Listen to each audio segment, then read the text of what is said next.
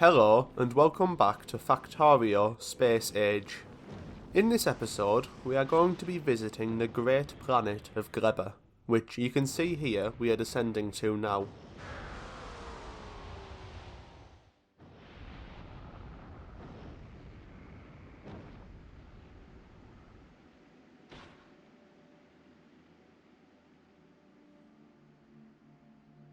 Gleba, which literally translates to soil, is a fungal jungle brimming with life, not all of it friendly.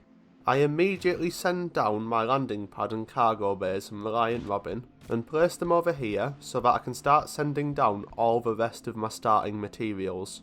I wasn't aware of this previously, but having more cargo bays actually increases the throughput as well as the storage size, as each can send or receive their own capsule of items. The first thing the game wants me to do before I can really interact with any of this planet's systems is to go and mine some stromatolites. A stromatolite is just a fancy name for a rock, really, but on Gleba they contain one of two things: copper bacteria or iron bacteria. They aren't much use on their own, if it wasn't for another feature Gleba introduces: spoilage. You might remember this from the fish in the first episode, but most biological items in the game spoil after a set amount of time into another item, and in the case of iron and copper bacteria, that is iron ore and copper ore respectively. Later on we'll be able to breed the bacteria for automated iron and copper, as no patches exist on the surface, but for the moment we can only get it from mining stromatolites. In fact, the only mineral patches on the surface of Gleba are stone patches, one of which I'm mining now so I can craft one of the buildings we unlocked from mining a copper stromatolite. The building in question is the heating tower. The best way I can think to describe it is a sort of burner nuclear reactor, where it takes in flammable material and outputs heat. The most useful aspect of it for our time on Gleba is that it will continue to burn material even when it reaches its maximum heat, which we will utilise to destroy any overflowing biological material without risk of it backing up like a boiler might.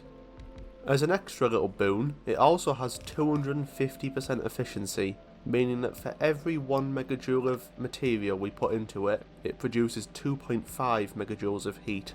I built this power plant utilising them, which was a waste of time because I never actually end up using it, and end up just putting down some uncommon solar panels for the moment.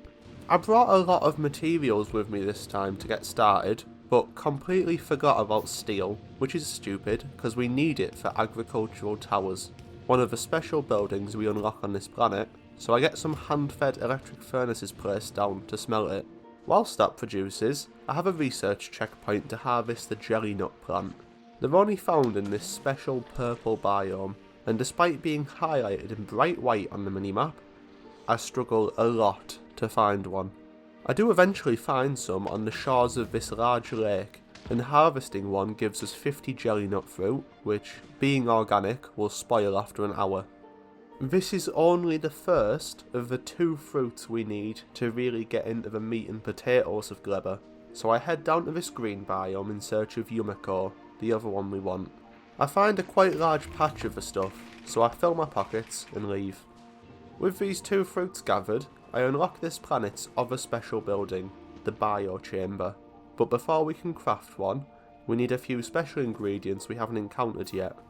The first is nutrients, which we can craft from spoilage, which we get either from mining the plants around us, or from when an organic product spoils, and the other is pentapod eggs, which I'm going to need to go out and look for. You see, this planet is inhabited by a few variants of weird 5-legged creatures known as pentapods. You can see the smallest morph of them here, wrigglers, which explode out of these egg rafts when we destroy them. We'll talk about the other morphs when we encounter them, but what's important right now is that when we destroyed those nests, we got pentapod eggs, which I can now craft into biochambers. The pentapod eggs spoil after 15 minutes into live pentapods, so I'll have to keep an eye on them, lest get caught off guard. Okay, so with agricultural towers and biochambers unlocked and crafted, I find an appropriate jelly nut patch and start preparing to do a little farming. It's difficult to find a good area to farm because the plants require a very specific type of soil, which is usually found in the middle of the swamps that make up their respective biomes. So we're fortunate to find a patch right on the border of the purple biome here. The actual farming is quite simple really. We place an agricultural tower near some soil which can support the plant we're farming, provide it with seeds which we get from processing the fruit from the plant, and it automatically plants and harvests the fruit around it. The hard bit is actually processing the fruit, as the biochamber doesn't use electricity, but instead consumes nutrients, functioning almost like a burner building. This is problematic because I made a terrible first choice of plant, since you can make nutrients directly out of processed yumako, but not out of processed jelly nut. Before I get too carried away with production, I placed down some turrets because every time we harvest fruit, it releases spores, which are basically this planet's version of pollution. Unlike on Nauvis, where the biters really hate pollution, the pentapods here fucking love spores, and will come to check out where we're producing it so I can eat some and just sort of coincidentally destroy anything in their path. I make a sort of poor man's automated jelly nut processing setup, where the jelly we're producing just gets put into a chest, and since it only lasts 5 minutes before spoiling, any spoilage which is produced is made into nutrients to feed the biochamber. The nutrients from spoilage crafting recipe is okay and is good for recovering from deadlocks, but only outputs nutrients with half of their 3-minute spoilage timer left, and is nowhere near as efficient as later recipes. I go out to destroy some egg rafts when the largest morph of pentapod emerges, the Stomper. They're incredibly tanky and try to damage me by, well, stomping on me, although my exoskeletons help in evading it. It ends up taking over 30 seconds of constant fire to take it down, so I'm rethinking leaving just 2 gun turrets by the farms. Safe from attacks for now, however, I can head back and set up this little power plant which will not only provide power but also allow us to burn off any overflow spoilage. I'm mostly just burning off jelly nut for now, as it has a high energy value and I have a lot of it. It's time now for the first of many revisions of my farming setup. For a start, we now have 2 biochambers to process the jelly nut, and any excess fruit is being sent off to the power plant to be burnt off. All the seeds are being sent back off to the agricultural tower, and since we need to consider the possibility that some things might spoil in the biochambers, I have these long inserters extracting spoilage. Jelly production is largely useless without also producing yumako mash, so I run some large power poles over to the nearest green biome to set up some production for yumako there. Remember those pentapod eggs I had stashed away? This is what happens when they spoil. I'm lucky I was paying attention, or that would have been a long walk back to get my stuff. This green biome wasn't as gracious as the purple one we set up on, and finding suitable soil, which is shown as green on the agriculture tower overlay, in a suitable place was a lot more difficult. Agricultural towers harvest every type of plant, meaning that as soon as I connected it to power, it started harvesting all of the environmental plants around it. But once it's cleared all of those, we can start sorting out our yumako processing. It works essentially the same as jelly nut processing. We just place the fruit into a biochamber, which turns it into yumako mash and the occasional seed. Where this diverges from jelly nut is that instead of making nutrients out of the spoilage, we can make it straight out of mash, making this a nice little self-sustaining unit. Of course, it's not really self-sustaining until we make a way to void the spoilage it will inevitably produce. You can see I not only have to take spoilage out of the biochambers, but also off the ends of the belts, since the items might spoil en route. Anyway, so now that I have a steady supply of mash, I can bring it over to the jelly nut production to give us a proper source of nutrients. You can see me mine one of the species of explosive plant which inhabit the surface of Gleba to make way for a belt. I start trying to set up production of the next item in the agricultural science pack crafting chain, but first have to deal with an absolute inundation of spoilage from all the items we've let back up. Before I can craft more biochambers to make that new item though, I need to get back on the hunt for more eggs, as all of mine exploded into pentapods. It's here that I find the final morph of pentapods we haven't seen yet, the strafer. Strafers strafe around us in circles, shooting baby pentapods at us like homing missiles. They're not quite as tanky as stompers, but definitely aren't pushovers, so it's not an easy fight. Whilst the new biochambers craft, I head back to the yumako farm because its production is dreadfully slow. The problem is the lack of suitable soil I mentioned earlier, but if we combine landfill, some seeds, and some nutrients, I can make artificial yumako soil, which can be placed on the swampy parts of the green biome to expand the farmable area. We can also do this for jelly nut, but right now the production is good enough, so I don't bother. Anyway, so finally we can combine jelly and yumako mash to make Bioflux, an incredibly useful resource which is used in a multitude of recipes. From a better nutrient recipe, to rocket fuel, to bacteria breeding, to, finally, the agricultural science pack. It has a spoiling time of 2 hours, which is a pretty long time, but most items inherit the spoilage progress of their ingredients, meaning that these Bioflux are coming out with only like 40 minutes left in the spoilage timer. You know what I realised at this point? This factory's shit, and there's a few key reasons for that. For a start, we just aren't processing enough fruit, so we won't get much throughput anyway, and for a second, instead of transporting the fruit long distances, which has a spoilage time of like an hour, we're producing the processed fruit, which has a spoilage time of a few minutes, so it's reaching the Bioflux chambers already pretty spoiled. So we're going to move the fruit processing on site up to our main factory, and then belt the fruit and seeds back and forth from the agricultural towers. It's not long before I get Bioflux and nutrients set back up, and once we've got the spoilage burning set up, we've got a base which is both self-sustaining and hopefully not shit.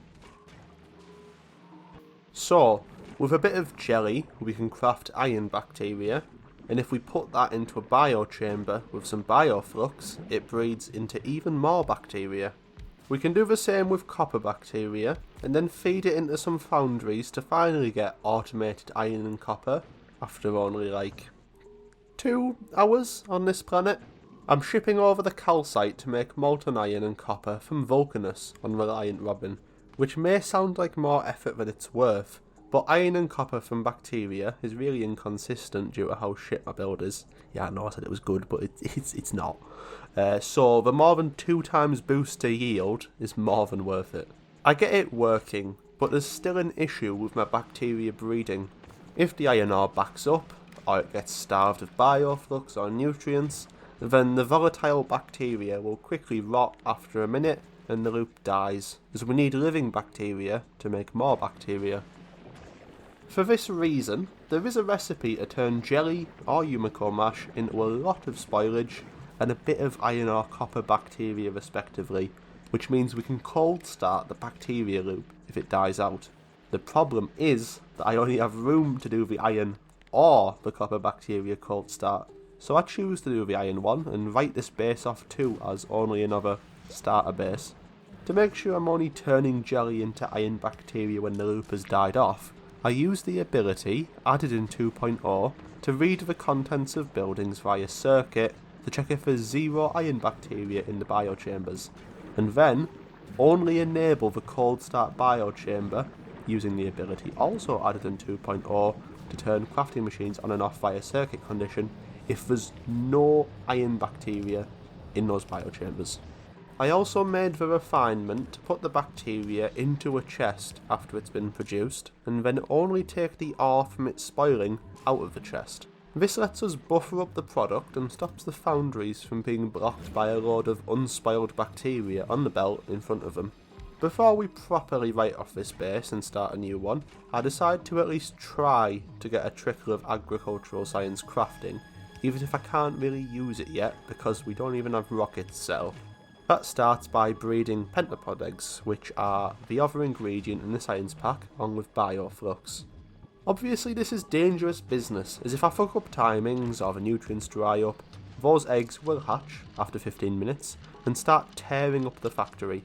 So I place down these turrets, not to defend against an outward threat, but against the inward threat of my own incompetence. The main issue I need to contend with here is how to keep a fresh stock of eggs on the go so none spoil, and also because, as I said earlier, almost anything we produce inherits the spoilage from its ingredients. Thankfully eggs are one of the few exceptions to this rule, so if we breed an egg it gives us back 2 fresh eggs, but the science isn't, so if we have old eggs and it goes into the science, it's going to give us old science. My idea is to just keep a small pool of like 20 eggs in the chest and then just constantly breed new ones and burn the excess. Since when we add an egg to the chest it averages out the spoilage between all the eggs in the stack, we should be able to constantly keep the eggs quite fresh this way.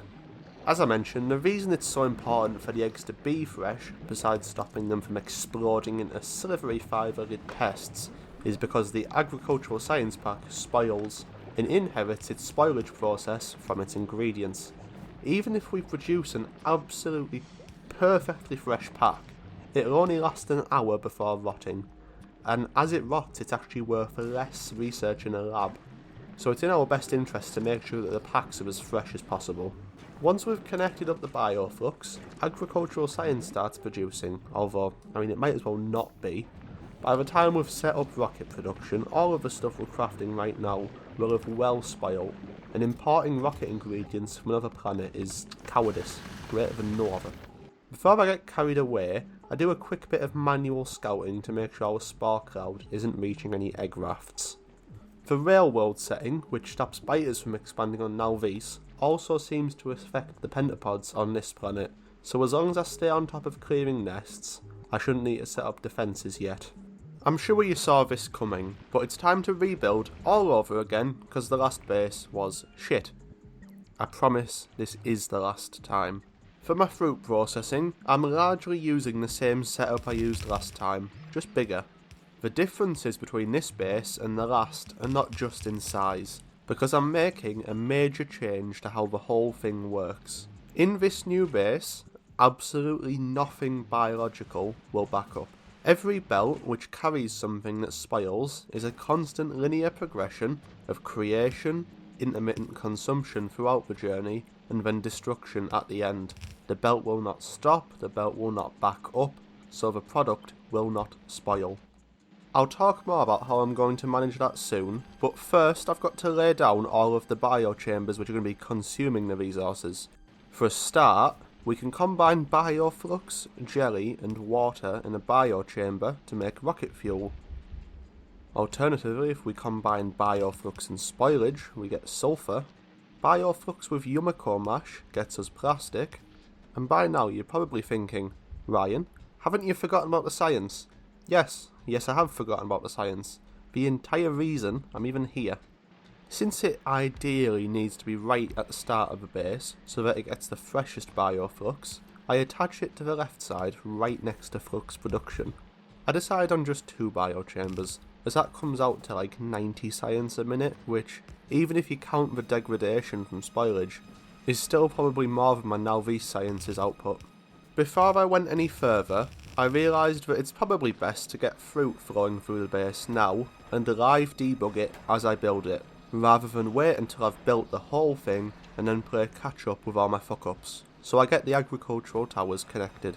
Then I just need to dump some nutrients into the biochambers and the thing starts up. It's possible to cold start a Gleba base using the spoilage to nutrients crafting recipe, but I went with the much more simple choice to just never stop, especially since plants are literally infinite resources and are the only things we need to sustain the base. As far as how I'm going to keep all of the belts moving non-stop, I start with the nutrient and spoilage belt, recycling all of the nutrients and burning off all of the spoilage that reach the end. Any jelly or mash which reaches the end will also be burnt. As it turns out, the extra throughput from a single tower isn't quite enough, so I build an extra one for each fruit. I also made the strange decision to void the nutrients that get past the science right there and then, when the logical choice probably would have been to just connect it onto the main nutrient loop, so that it at least might get used a bit further down the line. It's safe to say by this point I've completely forgotten science again, but I do at least make a good choice in trying to scrape some energy back from all the shit we're burning in the form of a small power plant attached to the heating towers. I then suddenly remember again that, oh shit yeah, I'm literally here to make agricultural science, and get to work sorting out the egg breeding. I then connect up a heating tower to burn any excess before putting some eggs into the loop, and for the second time this video, I finally start producing agricultural science. The science is no good if I don't have any rockets to launch it in, so I start setting up the iron and copper bacteria cold start recipes. I then build the bacteria breeding chambers and the buffers to store the bacteria while it spoils. I'm about 10 foundries deep when I realise that all of this base is still powered by burning spoilage, which is okay, but not really sustainable considering that each spoilage is a measly 250 kilojoules of energy, so it's time to set up a real power plant. I'm using the heating towers, and if we put that rocket fuel we're producing into the tower, we get a whopping 250 megajoules of energy for each fuel, with a power output of 40 megawatts per tower.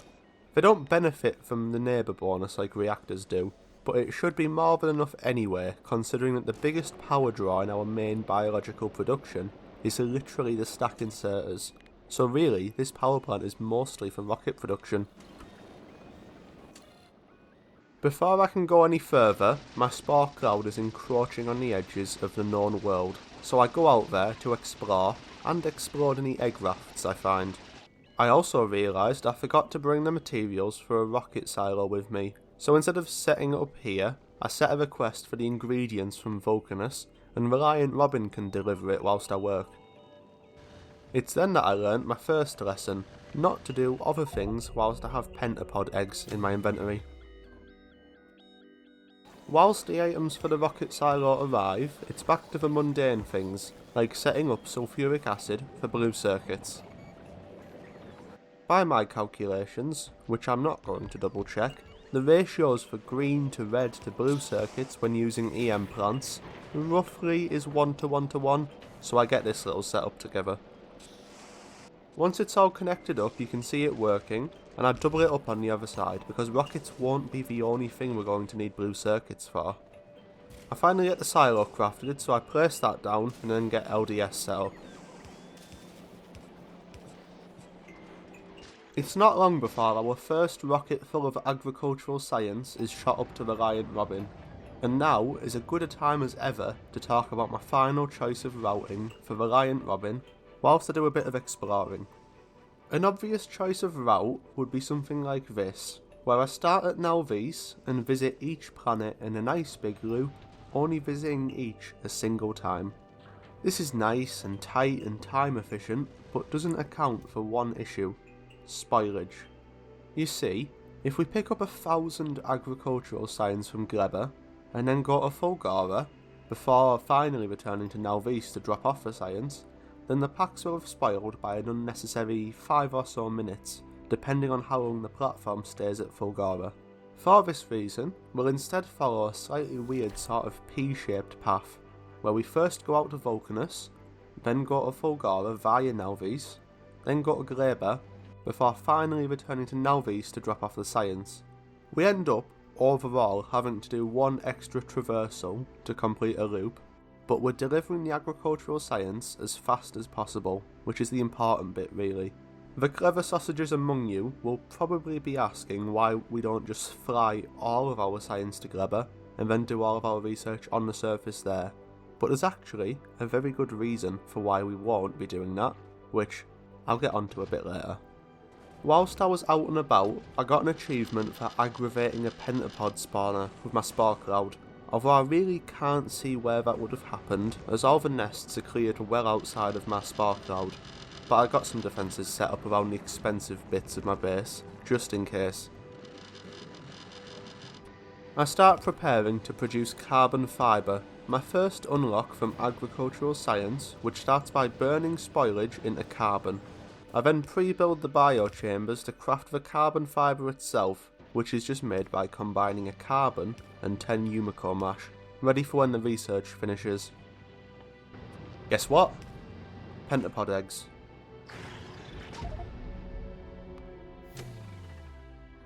I'm slightly expanding my carbon production when we get the carbon fibre technology, so I get that started straight up. Then, whilst I was waiting for the next research, I got a cool new weapon imported from Fulgora, the Tesla gun, which does this.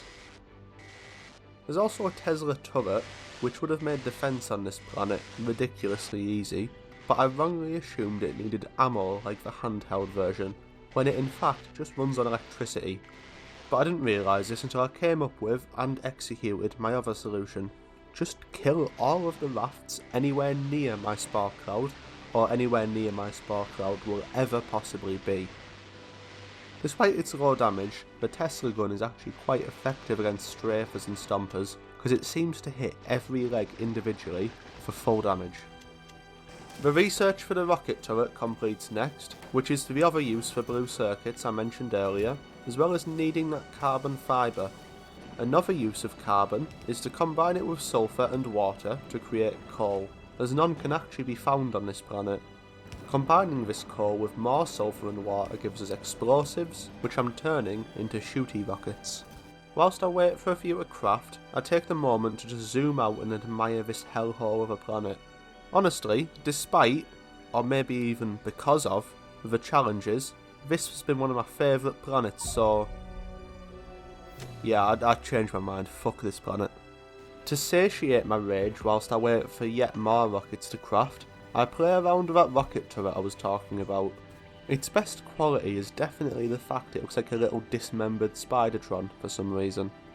The major reason that we get this turret on this planet specifically is because it's really good against pentapods. Not that I realised this, I basically just used it on the nests and used my Tesla gun for the stuff that moves. I'm coming to the end of my time here on Gleba.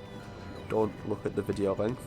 Part of the preparations for which is actually automating biochambers properly, in case I, for whatever reason, feel the need to use them on other planets.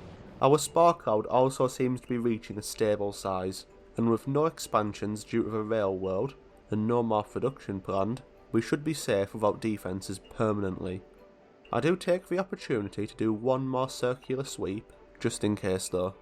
After that though, it's about time to leave, so I dump my inventory and hop into the rocket, ready for the journey to the final planet. Next time. Don't look at the video length. I assure you this is the end. Thank you all for watching, and I'll see you next time when we go to Aquilo. Bye. Bye. Bye. Okay, for those of you that remain, if you reach under your seat now, you will find your NDA. I need you to sign that and return it to me. The truth is, what you have just seen is only scratching the surface of the technology Gleba has gifted us, and to fully utilise it, we will need to first travel back to our home world of Nauvis. I come down from Nauvis orbit, and it's the first time I've stepped foot on my home world in about 30 hours of gameplay.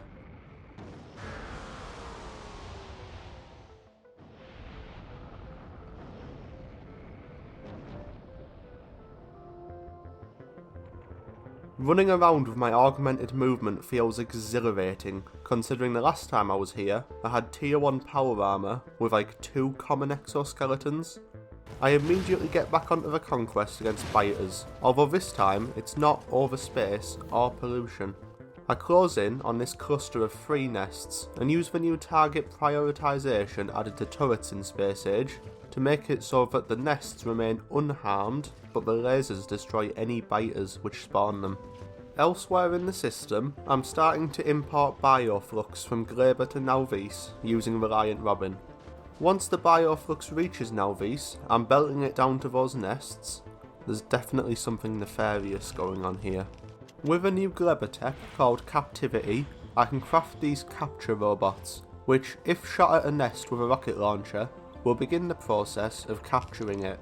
This process takes a few seconds, and once the nest is captured, it will no longer spawn biters, but will require a constant influx of Bioflux, else they will return to their natural state. Your next question is probably, why? Well, from these captured nests we can extract biter eggs, which have a few uses, but the only one that I care about right now is Biolabs. I'll get into what those are soon, but for now I'll just show you that I've set up a system to keep only fresh eggs and burn any excess, as much like pentapod eggs, if we let them spoil after half an hour, they'll turn into live biters. In anticipation of Biolabs, I lay down a new science setup which can support all of the 12 total science packs we're going to have by the end of the game. It's all by bots because I'm lazy and there is even more stuff I need to get to before we can travel to the final planet. Also whilst waiting, I've launched and named the next platform in my fleet, El Camino. Again, we're going to get more into this in a little bit. With Biolabs close to finishing researching, I take some eggs from the setup and run back to my base with them. Combining 10 biter eggs, 2 capture bots, a lab, 25 reinforced concrete and 3 uranium-235, we get ourselves a Biolab, which is this horrific biomechanical monstrosity which uses blah blah blah scientific shite blah blah from the biter's brains or something to get 2 times as much research from every science pack. In case it's not obvious, that's an insane boost, effectively doubling our SPM, or in other terms, if we research technology that wants 1,000 of each pack, we only actually have to give the Biolab 500 of each. It's safe to say I tore down the old labs immediately and fully switched over. That was a nice aside and was incredibly useful in our research going forward, but now it's time to get down to the bread and butter of the B-side of this episode, actually getting to Aquilo. For a start, Aquilo is so far from the local star that the solar powered ships we've been using so far would run out of power not even a quarter of the way there, so nuclear is definitely the play going forward. It may seem like nuclear is infeasible due to water demand, but one of the less talked about changes in Factorio 2.0 is that every 1 unit of water now turns into 10 units of steam, which in practice means nuclear power plants use 10 times less water than they did before. I wouldn't get used to the look for the ship's reactor, because it gets shifted, lifted and otherwise shrunk many times before the final iteration of the ship. The design of the front is largely something we've seen before, but I'm going to be doing crushing on an entirely new scale to what I've done previously. Not only am I using 4 crushers per asteroid type, but also we have some new asteroid crushing recipes, courtesy of Gleba. Metallic asteroids can now be crushed into iron and copper, carbonic into carbon and sulfur, and oxide into ice and calcite. I use the latter two for reasons I'll explain soon, but I don't really have any need for copper, so for metallic I'll just use the normal recipe. Of course, since we're getting 2 resources from one source, and aren't necessarily using them in the ratio that we're receiving them, I come up with this elaborate system to shoot any overflow off into the vacuum of space. Along with the new asteroid processing recipes, we also unlocked some more efficient fuel and oxidizer recipes, utilising calcite. And the calcite also means we can use foundries on the platform without having to import any from Vulcanus. Similar to how we did on Gleba, I can combine carbon and sulfur to make coal, and then combine the coal with more sulfur to make explosives. You see, when we get further out in the solar system, such as when we're approaching Aquilo, we start to encounter larger asteroids, which require rockets to destroy, which is the reason I bothered automating rocket turrets even though I made no attempt at defence on Gleba. At this moment I only had 2 rocket turrets planned out, which is not nearly enough and I do expand it soon. As it is, the ship is pretty shit, not that I realised it at the time. It's incredibly underdefended, with very few rockets and gun turrets, as well as only having them on the front, and has no ammo buffers to speak of. Regardless, let's see how it fares on a domestic trip, whilst I take it to pick up rocket turrets from Gleba. You can see that I had fed some red ammo out of a hub onto the belt beforehand, because it needs the head start filling up the buffers so that it can start consistently producing its own ammo. Funnily enough, the issue I encounter is with fuel, not ammo. I'm not getting enough water from ice, but to get more ice we need to move so we encounter more asteroids, but to move we need more water to make the fuel. You can see the issue there, and with no fuel we're actually slowly being pulled back into Vulcanus. Thankfully, there is something we can do. In this area of space, we actually get a lot more metallic and carbonic asteroids than oxide ones, but we have these asteroid processing recipes which take in one type of asteroid chunk and have a small chance of outputting another type. I already have a circuit to yeet any asteroid chunks which we have too many of, so I do the same kind of thing with a slightly lower threshold value to put excess asteroids into the reprocessing machines. This means that in situations like this where we have way too much of one asteroid chunk and not enough of the other, we will slowly turn the excess into other, more in-demand types. With this little change, you can see that we are soon able to reach Gleba. You can see once the rocket turrets have been placed that I'm using targeting priority to ensure they only target big asteroids, as to not waste rockets on the smaller ones. I'm also making gun turrets only shoot small and medium asteroids, so they don't waste ammo on the big ones. I tried testing using laser turrets only on small asteroids instead of gun turrets in an attempt to save even more ammo, which you can see went absolutely swimmingly.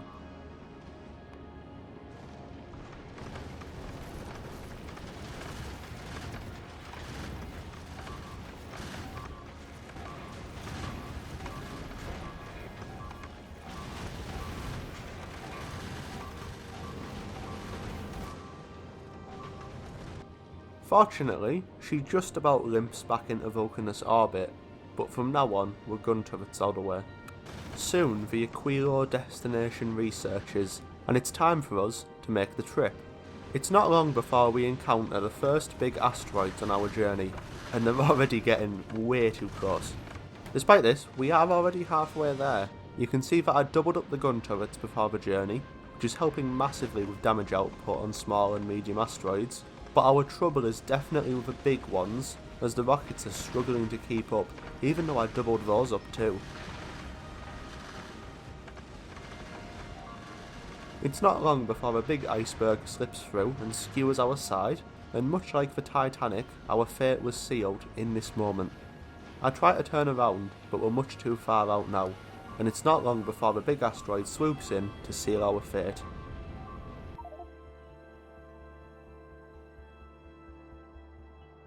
Okay, so let's try something a bit different, starting by walling off the front of the ship. It's a band-aid solution at best, but will help defend us from any stray asteroids slipping through. I'm then going to try an idea that's been bouncing around in my head for a while: speed controls. The idea is that we control how much fuel and oxidizer gets sent into the engines, and by doing this we can travel a bit slower, so I have more time to hit the asteroids as they come in. I create this little circuit system next to the hub which sets a target speed for us to hit. This is the speed that the pumps will turn off if we exceed, and reduces it when we're travelling from or to Aquilo, meaning that when we're in the inner system we can still travel at full pelt, but once we venture beyond that, the speed will be capped to like 100 km a second.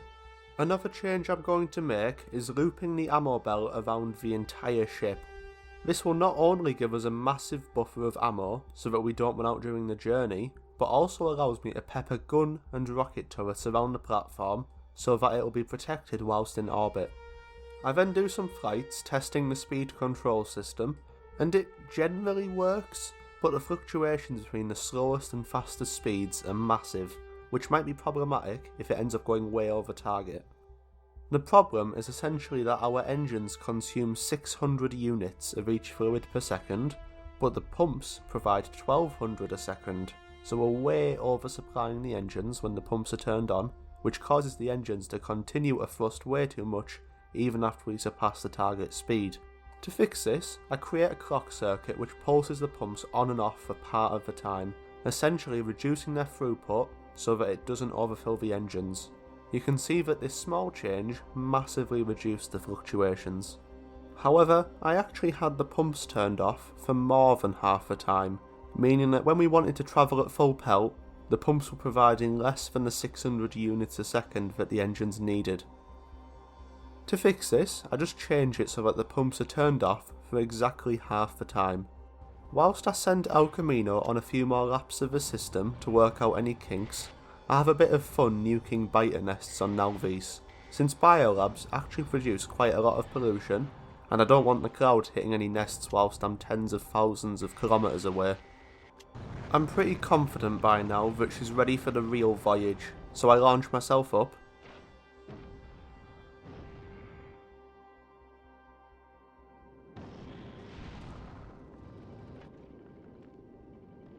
You can see that there's quite a lot of interesting stuff stored in the cargo bays, the importance of which I'll talk about in the next episode. You might also notice in the schedule that we have a condition when travelling to or from Aquilo to only set off if that tick signal is present. That signal is connected to a combinator which just checks if the ammo buffer is full, so we can't set off without enough ammo for the trip. Once I'm happy, I tell the platform to set off. The trip to Gleba is very quiet, and it's not long until we're crossing into the outer system. You can see that when we crossed onto the Aquilo transfer, the speed automatically dropped to 100 km a second, so at least we know that that's working right. You can also see that I've upgraded all my asteroid collectors to uncommon quality, which gives them an extra arm to grab asteroids, and slightly increases their grabbing range. As we near Aquilo, you can see that the majority of asteroids are now oxide rather than the other two. We're alright for iron and carbon right now, but a higher consumption ship might need a few more oxide asteroid reprocessing machines than the one that we possess. It's not long before we pull gently into Aquilo orbit. Breaking the tradition of the last few episodes, I'll have a little trip down to the planet to finish us off.